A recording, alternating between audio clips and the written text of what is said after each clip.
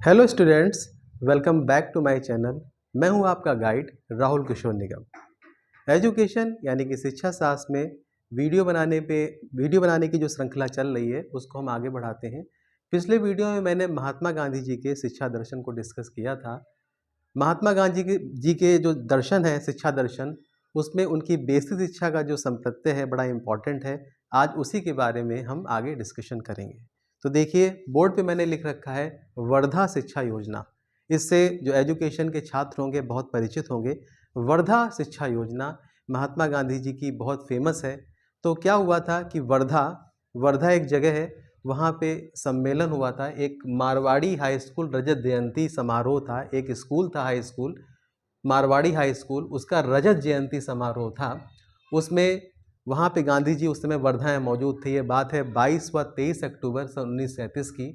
उसमें अखिल भारतीय राष्ट्रीय शिक्षा सम्मेलन का आयोजन किया गया, जिसमें बहुत से समाज सुधारक, शिक्षाविद और बहुत नेता, जो बड़े बड़े नेता थे, वहाँ पे इकट्ठा हुए। तो वहाँ पे अखिल भारतीय राष्ट्रीय शिक्षा सम्मेलन, जिसको वर्धा शिक्षा सम्मेलन के नाम से जाना जाता है, वहाँ पे आयोजित किया गया और उसमें गांधी जी को सभापति के पद पर मनोनीत किया गया था। तो वहीं पर जो महात्मा गांधी जी का जो कॉन्सेप्ट था बेसिक शिक्षा का, वो सामने आया था। उस पर बहुत विचार विमर्श हुआ। विचार विमर्श के बाद उस समय जामिया मिलिया इस्लामिया के एक आचार्य थे, डॉक्टर जाकिर हुसैन साहब। तो डॉक्टर जाकिर हुसैन साहब ने उनके जो कॉन्सेप्ट्स थे, उनके जो सिद्धांत थे बेसिक शिक्षा के, उसके आधार पर पाठ्यक्रम तैयारी हेतु एक समिति गठित की गई उस सम्मेलन में। उसको कहते हैं डॉक्टर जाकिर हुसैन समिति। उस सम्मेलन के बाद एक समिति को गठित किया गया, जिसको पाठ्यक्रम तैयारी का कार्य सौंपा गया। और उसने 1937 और 1938 में 2 रिपोर्ट्स दाखिल की, जिसमें बेसिक शिक्षा के संपूर्ण स्वरूप का वर्णन है। डॉक्टर जाकिर हुसैन समिति, जो जामिया मिलिया इस्लामिया के जो आचार्य थे उस समय, उनको अध्यक्ष बनाया गया इस डॉक्टर जाकिर हुसैन समिति का। और उन्होंने 1937 और 1938 में 2 रिपोर्ट्स दाखिल की, जिसमें बेसिक शिक्षा के संपूर्ण स्वरूप का वर्णन किया गया है। तो ये जो वर्धा शिक्षा सम्मेलन था, एक मील का पत्थर था, बड़ा इंपॉर्टेंट सम्मेलन था। इसमें गांधी जी के शिक्षा दर्शन से संबंधित जो उनका बेसिक शिक्षा का कॉन्सेप्ट है, बहुत क्लियरली डिस्कस हुआ। उस पर विचार विमर्श हुआ, शिक्षाविदों ने उस पर विचार विमर्श किया। हालांकि गांधी जी तो वकील थे, लेकिन मैंने कहा जो विचारक होता है वो निश्चित रूप से समाज को शिक्षित करता है। तो उन्होंने भी इस तरीके से समाज को शिक्षित किया था बेसिक शिक्षा के संप्रत्यय के बारे में। तो ये 22 व 23 अक्टूबर 1937 को वर्धा में आयोजित हुआ था। तो ये चीज़ जो है, ये बात ध्यान रखिएगा। ये आपके एग्जाम्स के लिए भी ये जो फैक्ट्स मैंने लिखे हैं, ये काफ़ी इंपॉर्टेंट हैं। अब देखिए, इसके बाद हम आगे बढ़ते हैं। बेसिक शिक्षा जो थी, जिसको हम नई तालीम या बुनियादी शिक्षा ये बोलते हैं। देखिए, इसका नाम नई तालीम उस समय रखा गया था, या इसको बुनियादी का मतलब रूट, जो ग्रॉस रूट लेवल पे जो एजुकेशन होती है, बुनियादी शिक्षा, इसको बुनियादी शिक्षा ये बोलते हैं, या बेसिक शिक्षा के नाम से भी हम लोग इसको जानते हैं। तो बेसिक के बारे में आप जानते हैं। देखिए, बेसिक शिक्षा तो अभी तक हमारे समाज में प्रचलित है। बेसिक टीचिंग सर्टिफिकेट, जिसको बीटीसी बोलते हैं, जिसका नाम अब डीएलएड हमारे यहाँ कर दिया गया है। तो इसका मतलब बेसिक शिक्षा, वहीं से वो नाम आया है। गांधी जी जिसने जो बेसिक शिक्षा का संप्रत्यय दिया था, जिसको वर्धा शिक्षा योजना कहते हैं। तो बेसिक शब्द से आप भी परिचित हैं, सभी लोग परिचित हैं। गांधी जी का जो रेलिवेंस था उस समय भी था और अभी भी है। हाँ, कुछ मूलभूत परिवर्तन आया है, कुछ कॉन्सेप्ट्स उनके उस समय ज़्यादा रेलिवेंट थे, अब इस समय इतने रेलिवेंट नहीं है। लेकिन जो बेसिक चीज़ है उनकी, जो आपकी ग्रास रूट लेवल पे जो थिंकिंग थी उनकी, वो आज भी कायम है और उससे आप अभी भी लाभ उठा सकते हैं। वो हमारी शिक्षा में कहीं ना कहीं जरूर शामिल रहती है। गांधी जी उस समय भी रेलिवेंट थे, आज भी वो रेलिवेंट है। तो देखिए, अब जो इस वर्धा शिक्षा योजना में जितने पॉइंट्स मैंने बताए हैं, ये काफ़ी इंपॉर्टेंट है, इसको आप मेमोराइज कर लीजिएगा। उसके बाद आती है वर्धा शिक्षा योजना में जो विशेषताएं थी। इस वर्धा शिक्षा योजना यानी कि बेसिक शिक्षा के संप्रत्यय की जो विशेषताएं थी, वो क्या हैं, तो मैंने पॉइंट्स के माध्यम से उसको लिख रखा है।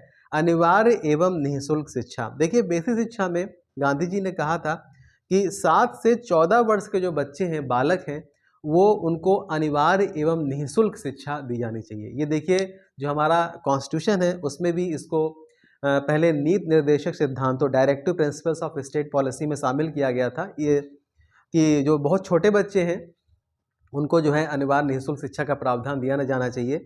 इसके बाद बहुत सालों बाद शिक्षा का अधिकार अधिनियम जो पारित हुआ, तो उसमें भी ये बात रखी गई, उसमें ये बात, इसको मूल अधिकार बना दिया गया कि जो बच्चे हैं 6 से 14 वर्ष की उम्र के, उनको निःशुल्क, अनिवार्य एवं निःशुल्क शिक्षा की व्यवस्था की जाए सरकार के द्वारा, है ना। तो इस तरीके से अब ये मूल अधिकार के रूप में है। तो एक वहीं से उनका जो कॉन्सेप्ट था 1937 में, उसी को शामिल किया गया एक तरीके से।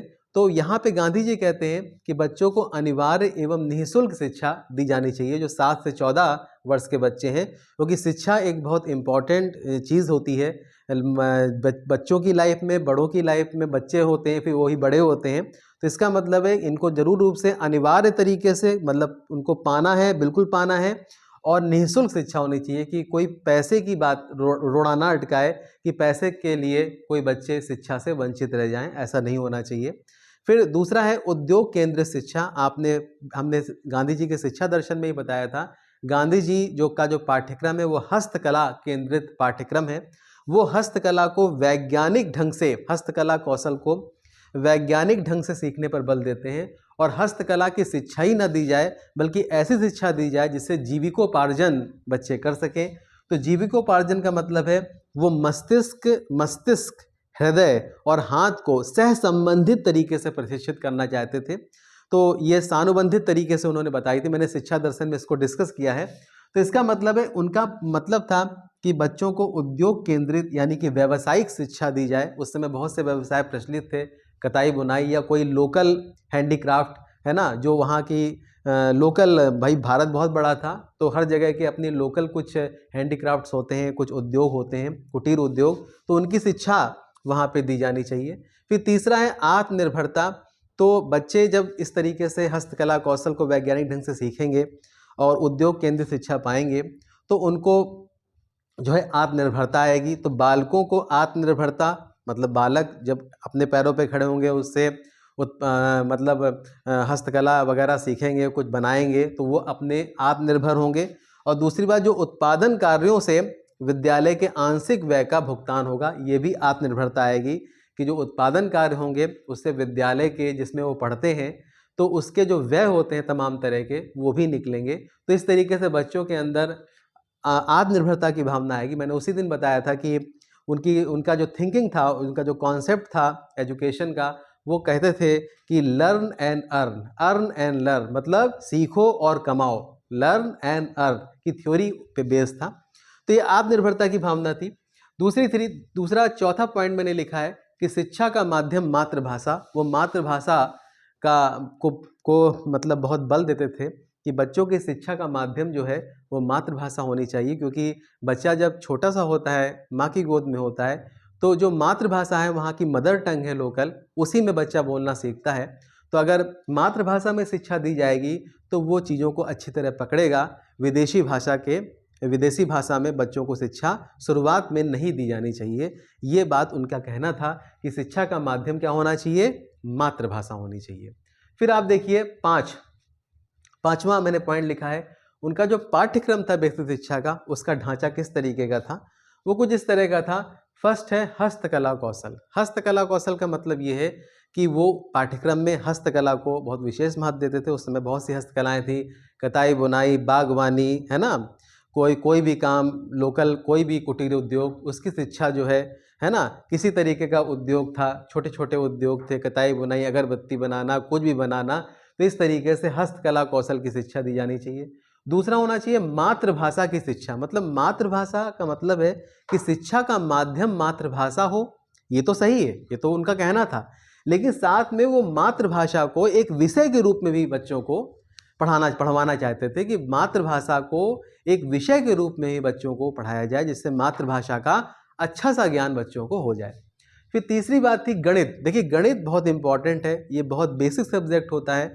अगर आपको ये नहीं आता है, हिसाब किताब नहीं आता है, तो आप हर जगह फेल होंगे। तो इसका मतलब है गणित की शिक्षा, जिसमें उन्होंने अंक गणित और रेखा गणित पे बहुत जोर दिया था, क्योंकि छोटे छोटे बच्चे हैं, ये दोनों तरीके की गणित जो है ये बहुत बेसिक होती है, ये बच्चों को आनी चाहिए।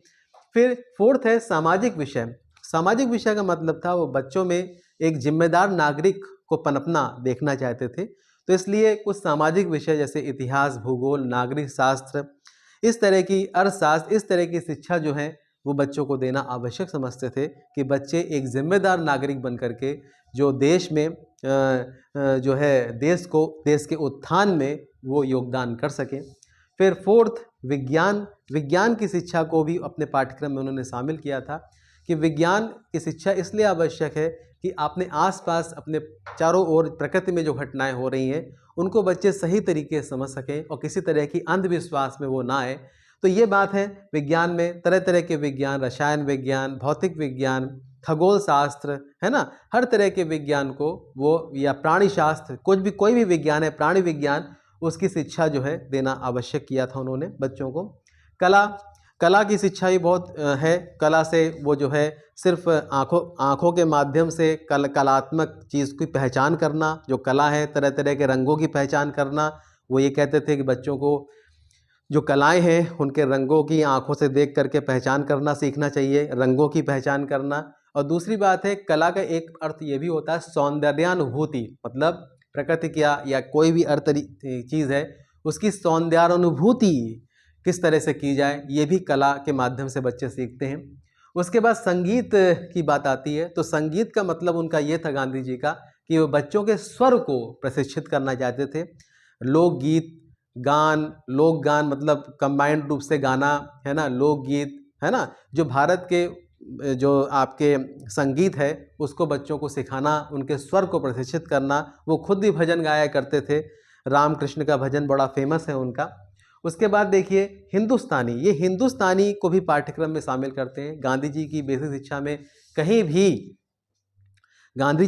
शिक्षा में कहीं भी अंग्रेजी को मान्यता नहीं दी गई है कि अंग्रेजी को सिखाया जाए, बल्कि उस समय हिंदी उर्दू का मिश्रित रूप हिंदुस्तानी प्रचलित था। जो हिंदी उर्दू वहाँ पे भारत में उस समय संपर्क भाषा के रूप में प्रचलित थी। तो गांधी जी इस हिंदुस्तानी को सिखाने पर भी बल देते थे कि हिंदुस्तानी बच्चों को सिखाई जाए। तो इस तरीके से मैंने ये बताया आपको कि गांधी जी वर्धा शिक्षा योजना गांधी जी की क्या थी, ये किस तरीके से इसमें इसकी क्या विशेषताएं थी। आप समझ सकते होंगे कि ज़रूर कुछ चीज़ें इसकी रेलिवेंट अब इस समय नहीं है, लेकिन तब भी इसकी बेसिक थिंकिंग इतनी स्ट्रांग थी कि आज भी भारतीय मतलब जो शिक्षा है उसके पाठ्यक्रम में, चाहे NEP 2020 राष्ट्रीय शिक्षा नीति 2020 है, उसकी बेसिक इंस्टिंक्ट में कहीं ना कहीं गांधी जी का शिक्षा दर्शन आपके काम आता है, मतलब काम आया है। तो इस तरीके से मैंने आज गांधी जी की बेसिक शिक्षा के बारे में, जो उनका कॉन्सेप्ट था, जिसको नई तालीम बुनियादी शिक्षा, जो कि वर्धा शिक्षा योजना अखिल भारतीय राष्ट्रीय शिक्षा सम्मेलन जो वर्धा में आयोजित हुआ था, उसमें इनका ये संप्रत्यय, ये कॉन्सेप्ट निकल के आया था, इसको मैंने डिस्कस किया। आपको ये वीडियो कैसा लगा प्लीज़ कमेंट करके ज़रूर बताइए, है ना। और मेरे चैनल को ज़्यादा से ज़्यादा शेयर कीजिए और ज़्यादा से ज़्यादा इसको लाइक कीजिए। Thank you very much. आप इसका स्क्रीनशॉट ले सकते हैं।